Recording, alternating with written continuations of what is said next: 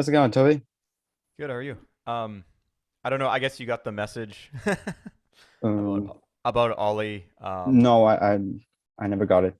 Oh, okay. I think he wasn't able Uh, to do this today. Like, 'cause he's headed to work right now. oh, So I it's think he okay. tried to message Jessica, and then they just said, obviously we need to get it done. So It's okay. Never mind. okay, awesome. So it's okay anyway. So do Sorry you, about that. no, Surprise. It's me. it's not a problem at all. I had a few specific questions for Ollie, but I guess some of those you can answer them as well. So do you think we should start? It's okay. Yeah, Is yeah, it okay? yeah. If you can hear me well, then Yeah, yeah, yeah, yeah. good to go. It's Awesome. okay. Anytime.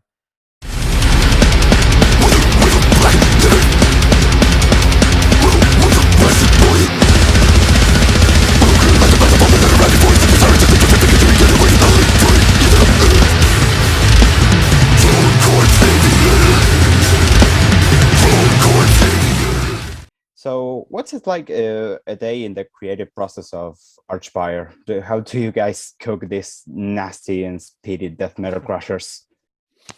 Um, Basically, we all jam and write in a rehearsal space together, and we've actually been doing that since day one.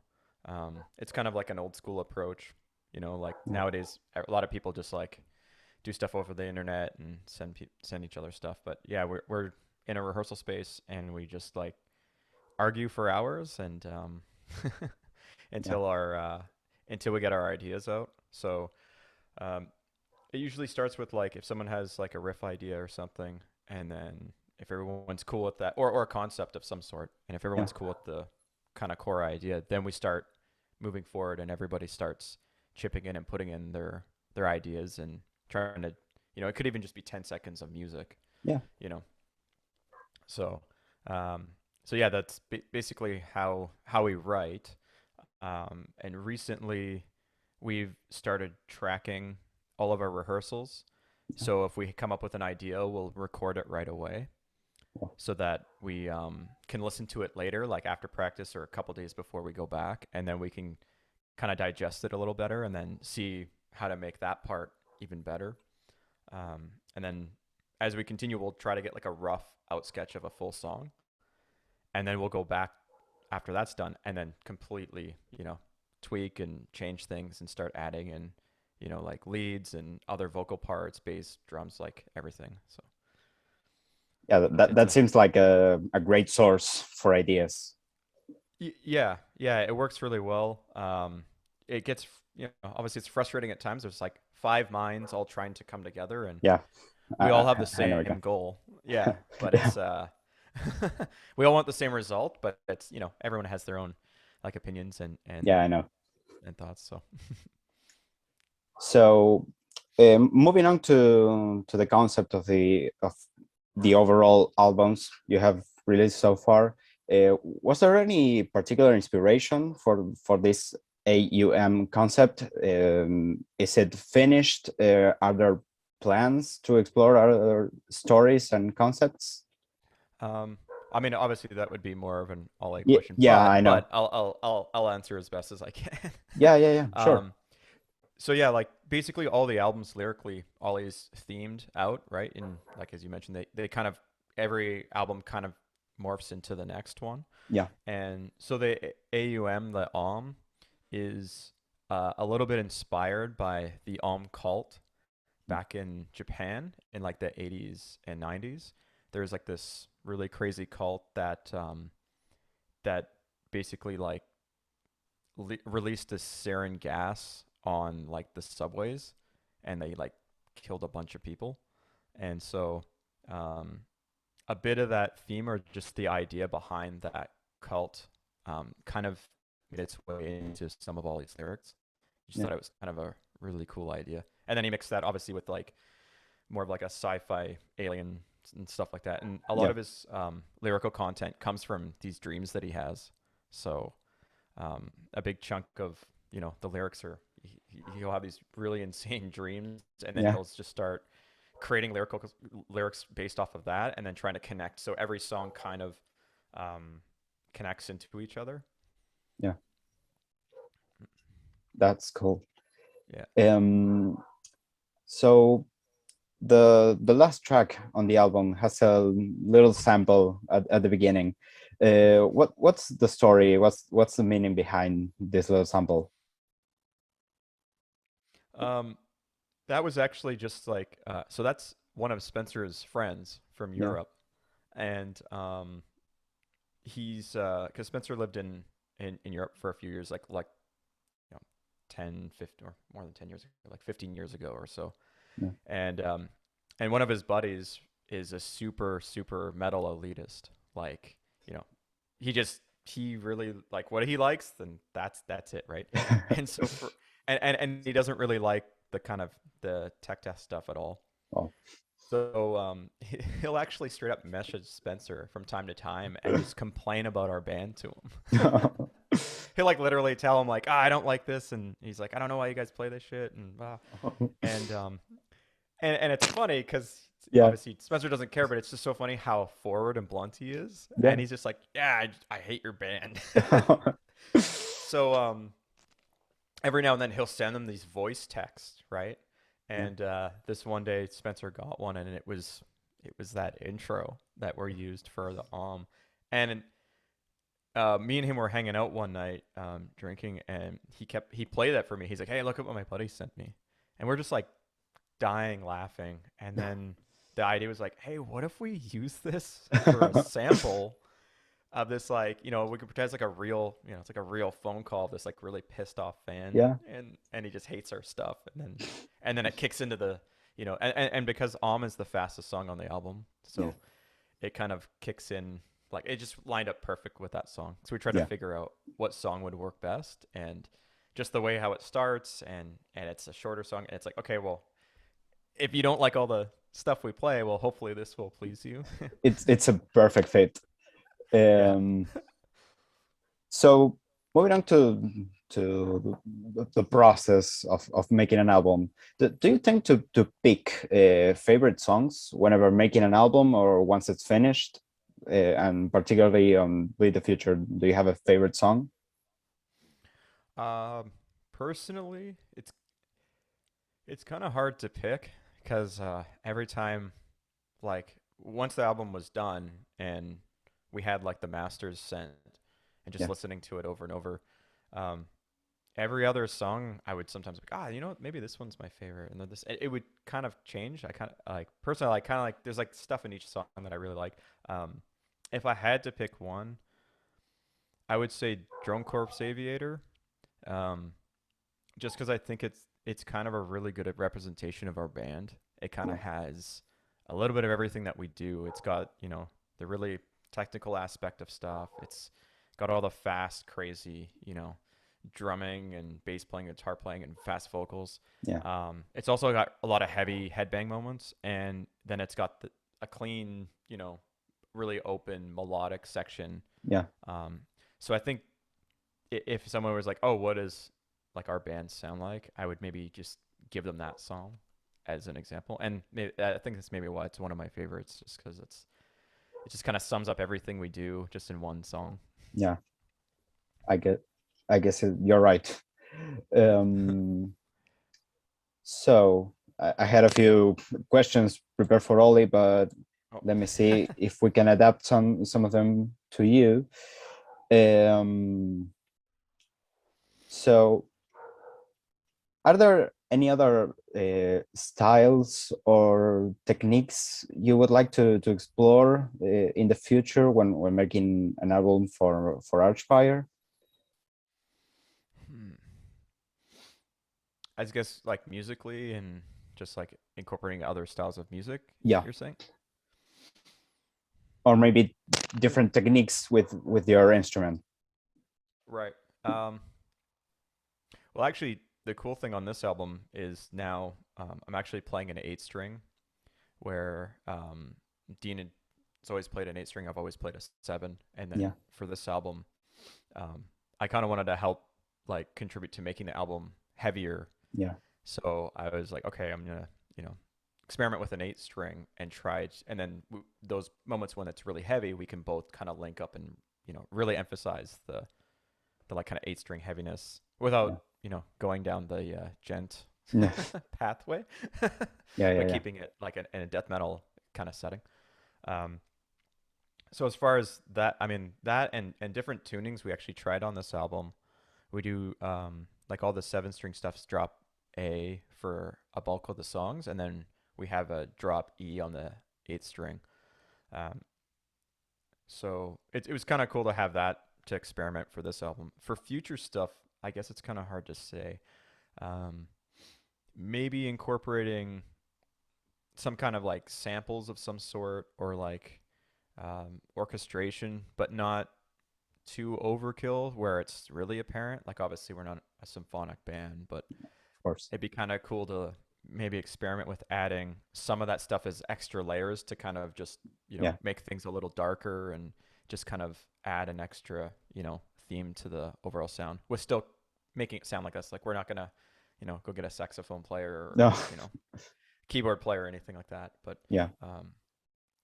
or just having maybe between songs, having like maybe small little Interludes. sections Yeah. or something like that. But make it still enough where it's not taking away and just used as filler. So Yeah, sure. that would be kind of cool in the future. But it's, we've talked, we were going to do that a little bit on this album, but then again, it's like we just, as much time as we had, which was more than we thought, still in the end, it's like Yeah. we were writing right to the last minute. So if you had to draw some sort of genealogical tree to explain to total strangers the sound and style of Archspire, being either metal or non-metal bands and artists, what would it be like? If it's extreme, I have to explain to someone what we sound like. Yeah. That'd be tough.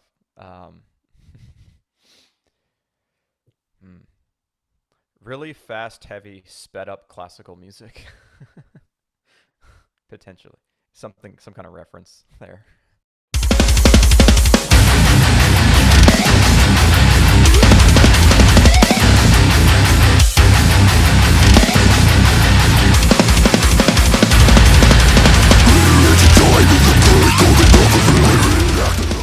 And what about different bands or artists that help mold your sound? I guess for influences, we kind of all draw from different stuff, but collectively as a band, we all like just like really extreme music. So like, we all really got into listen to Necrophagus and like Spawn of Possession. Bands like Origin, Cryptopsy, and then Tech Nine, the like speed rapper is, a big influence. And like as a band, we all, like his stuff, and it's great that Ollie was able to take that idea and just, of speed rap and then just morph it into a death metal, fast death metal vocals, which kind of came from like early Spawn of Possession. Because they have, like, their drummer did the lyrics on the first album. He's got that really fast staccato, like shotgun style vocals. Yeah. And it was kind of one of those things where it was like, hey, Ollie, like when he was like the last member to join the band. And it was like, hey man, can you do this kind of stuff? And he's like, well, I'll give it a shot. And then he obviously took on that, and then he really, he nailed on it. Now and it's turned into his own style, which is really cool. Like it's morphed into his own thing. So kind of like early influences like Spawn of Possession, and then obviously taking like speed rap like Tech Nine and stuff like that. Yeah. He kind of went for it and then figured out his own techniques on how to properly, do vocals like that for long periods of time. Yeah. Which is pretty awesome. Indeed. Well, moving on from that, your previous album, Relentless Mutation, broke into the mainstream somehow and got quite the recognition, even being nominated for a Juno Award, if I'm not mistaken. I'm sure you never expected that. What were your thoughts at that time? Do you think something as vicious as technical death metal will ever stand a chance in the mainstream? Um, well, I guess to the first question, like when we found out we were being nominated for a Juno, we were obviously extremely blown away and excited, and maybe a bit confused too, just on the fact of how like not commercial our music is, and Of um, course. but I guess in the last few years with the Junos, they've started to recognize more extreme bands. Like bands like Despised Icon and like Cryptopsy and stuff have started being recognized in like the heavy music category. And Yeah. I don't know if that's just because with Canada, like as far as heavy metal bands, a sound from international, like an international big band, like something like Devin Townsend or Strapping on Lad. Like aside from that, maybe the stuff that Canada has that represents metal is the more extreme stuff, where it's obviously on a smaller scale, but it's kind of like that seems to be what's popular Yeah. ish. you know so yeah, obviously it's not radio friendly, but it's Or- it clearly not Metallica or something crazy like that. And maybe because there aren't really artists like that so much here, maybe it was like, well, there's definitely a fan base for the more extreme stuff, and we should tap into that because that's started to become a bit more popular.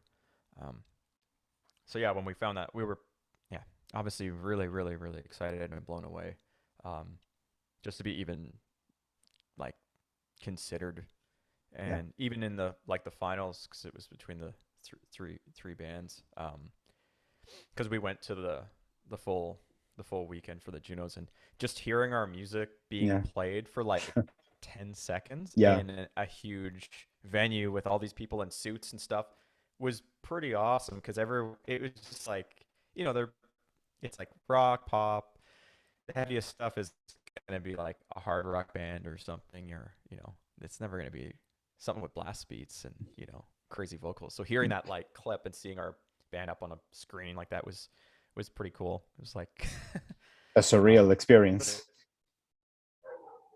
yeah, yeah, super surreal. And we were just like, wow, this is, whether we win or not, it doesn't matter. The fact that we've made it Yeah. just here is, I guess we're doing something right in our music.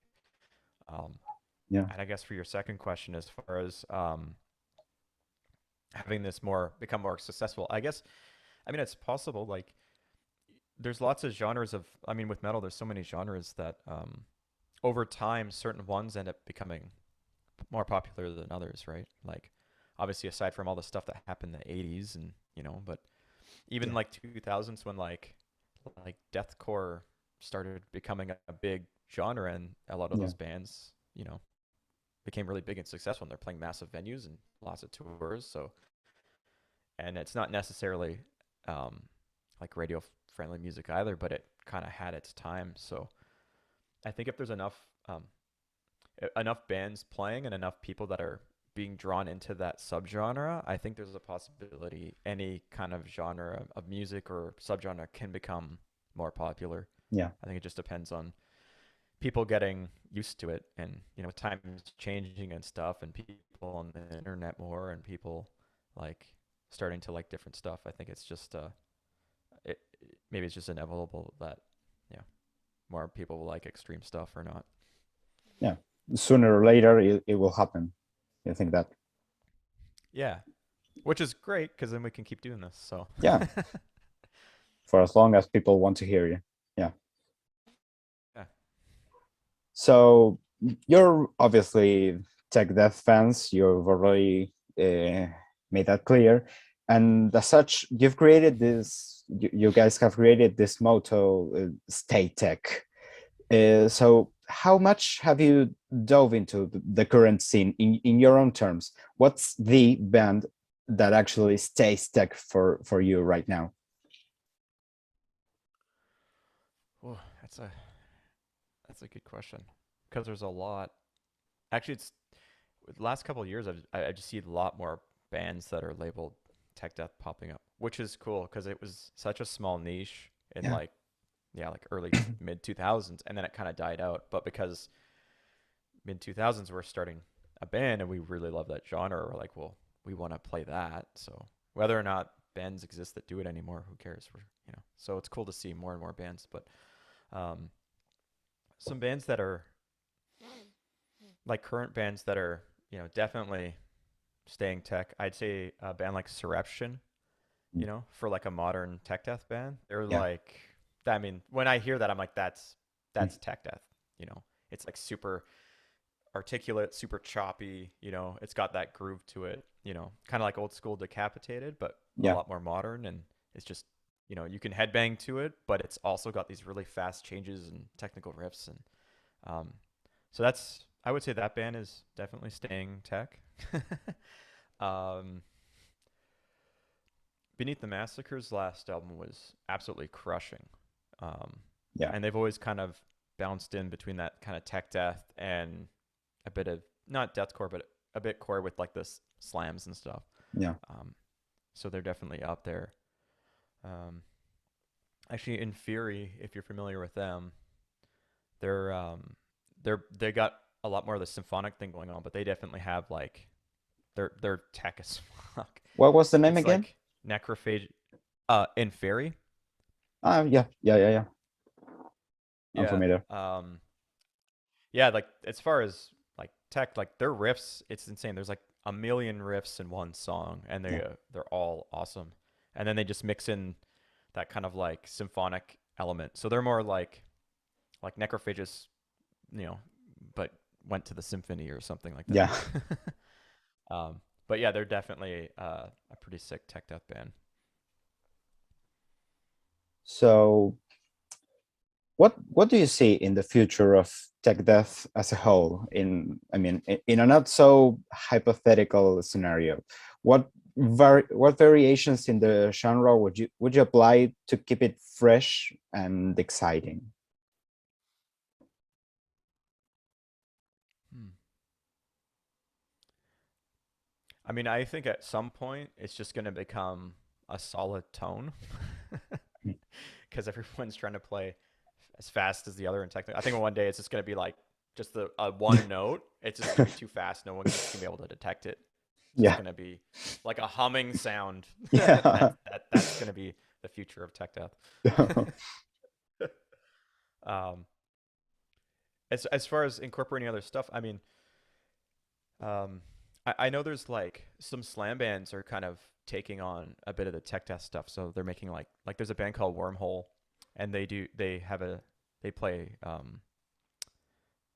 tech slam is what they call it. Yeah. So it's like super techy riffing, and then all the slam headbang parts that you would get from just a straight up like Devourment kind of band Yeah. or you know whatever other kind of slam band, but just straight up like techy as well. Um, and there's like one band that and Vulvodynia is another band that does a little bit of that, Yeah.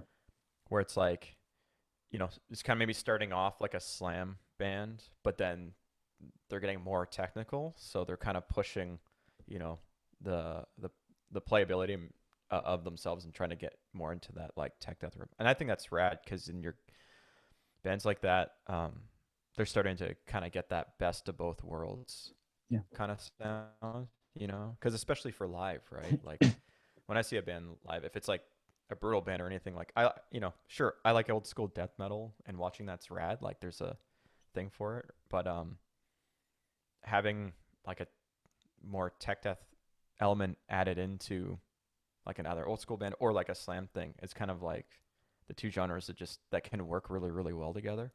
Yeah, it's like mixing the best of both worlds Yeah, and making a fresh sound. yeah, yeah, and and I'm seeing some bands do a little bit more of that these days, taking those two genres and mix them together, and I think that's awesome. Like it's pretty cool. As far as what I would like to see, it's hard to say. Yeah. But I mean, it is cool to see where bands are taking it though and starting to mix in other genres and stuff, but still keeping it, you know, aggressive and extreme. Yeah. 'Cause that is, you know, that is the genre. Yeah, indeed. So most of Retumba's audience is from Mexico. So I'm kind of forced to ask on behalf of them. I'm from Argentina particularly, but I'm forced to Oh, ask okay. on behalf of them. Do you guys have any plans or intentions to visit them? Uh, well, of course we do. It's just more of when when we can. Yeah, Um, uh, we were yeah, we were trying to work on plans before COVID to do more like dates like start doing more other places that we haven't played before and yeah, diving more into like South American stuff and starting to go further down. And we have played Mexico before, and it was yeah, awesome. It was a really cool experience. We were like, wow, those fans are hardcore, like really, really dedicated and hardcore, and they really like, extreme death metal. So yeah. um, we definitely want to go back, and it's just a matter of you know, when we're able to do so. So I hope But you have. it's definitely on it's on the list. I hope you also have the chance to visit South America as well. I at least Yeah, it would be expect awesome. you in Argentina as soon as possible. Oh, it would be awesome. And let me tell you, we're better than Mexico. Oh, okay. Oh, really? Oh, sweet. Okay, cool. Well, we'll have to. Well, now we have to come. We gotta compare, right? So. Of course, you have. So I have a last question. It's sort of a trademark question here, which is as follows. If you could relate your musical ideas or artistic expression with other forms of art, such as a book, a film, or even a painting, which one would it be and why?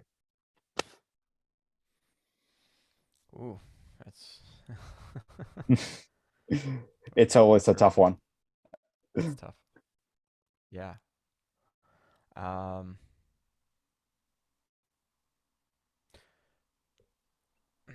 I guess if there's like, let's see. I could say The Thing, like John Carpenter's The Thing movie, Yeah, could be a good kind of influence or like showing of our band. One, because we all absolutely love that film. Another thing too is even with all these lyrics, there's like some of that kind of morphing and alien creatures and stuff morphed yeah, into the lyrics that are obviously somewhat are influenced from a movie like that. Um, and I guess too just the fact of having these aliens that kind of take over and morph into their own thing. It could almost be looked at like our music, how we're taking kind of a small niche subgenre of music, but then we're morphing it into our own yeah, representation of what we think, you know, the genre should sound like. Kind of like the alien creatures in the thing morphing into what they think like they're morphing into the humans basically in their representation. So yeah, maybe in a way it's like we're doing the same just with, you know, death metal. yeah. Well, that great answer, by the way. Oh, cool. Thanks. Um, well, I think that that's all, Toby. Okay. Thank you Awesome. so much for your time. Yeah, for sure. Uh, Thank you. I had a blast. Hope you had as well, Yeah. and hope to see you in South America sometime. Yeah, definitely. Hopefully sooner than later. Yeah, of course. Awesome. Cool. Well, thank you. Yep, you're welcome. Have a great day. Yeah, you too. Take care. See ya.